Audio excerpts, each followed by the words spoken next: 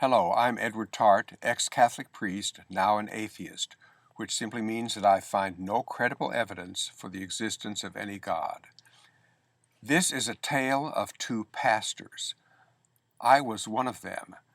The other is the pastor of the local Catholic church, whom I will call Pastor X. I am in my car parked at the construction site of a big new Catholic church to replace the present one, mainly because, as Pastor X told the local newspaper, the present one does not have enough parking space. You can get perhaps a view of the construction of the new church looking out my car window.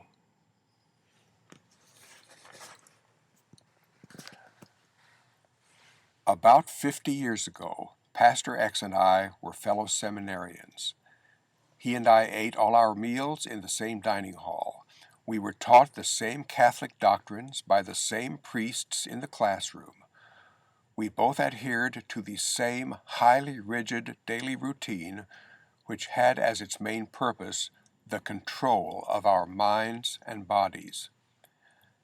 After 6 years of this, I became a priest. I then served as an assistant pastor for 5 years. At one point in those 5 years, Pastor X became a priest and began his service as an assistant pastor. Within those 5 years, my conscience changed, and accordingly, I left the priesthood of my own free will and became a math teacher, which I still am 42 years later. Meanwhile, Pastor X remains a pastor to this day. He and I are both teachers. I teach math, which is truth founded on reason, evidence, and good use of our brains.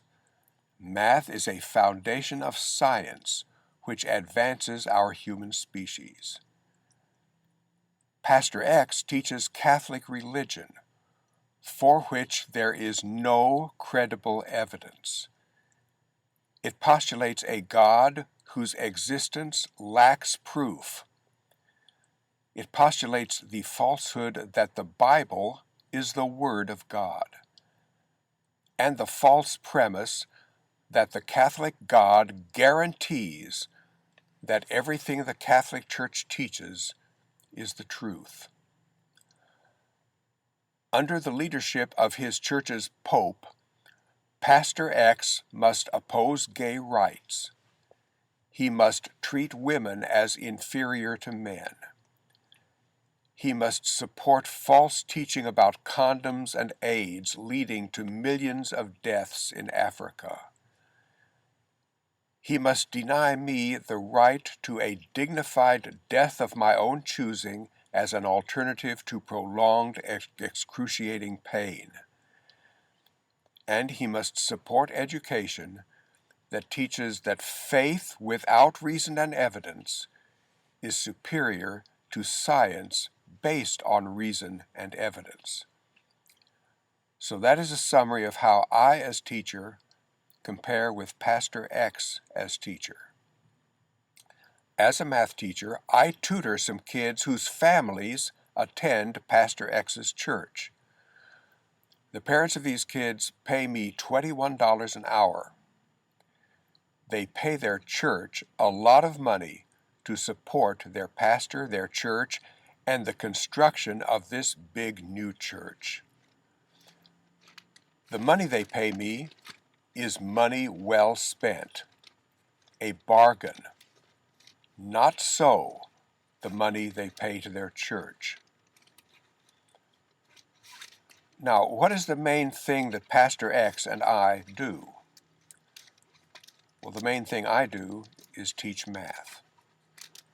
The main thing he does is to perform the Catholic Church's worship ritual, the Mass.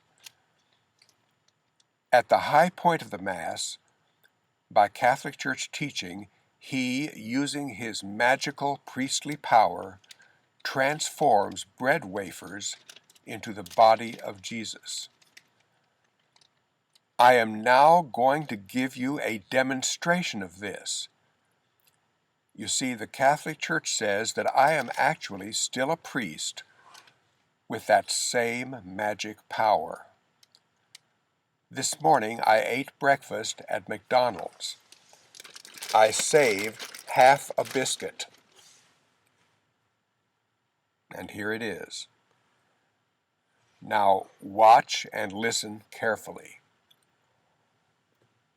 Hoc est enim corpus meum. Translated from the Latin, this is my body. Reportedly words that Jesus said at the Last Supper. According to Catholic teaching from our seminary years, the following assertions are true. This is no longer a McDonald's biscuit. It is now the body of Jesus. I eat a bit of it.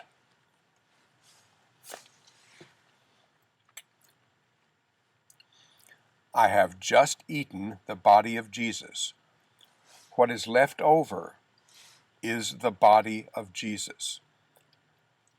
I have just committed a mortal sin. For this unrepentant act, I will go to hell, where Jesus and his Father will have my soul and body severely tortured forever. Meanwhile, presumably, Pastor X will go to heaven, where he will enjoy eternal bliss. This concludes my tale of two pastors. Thank you for watching this video.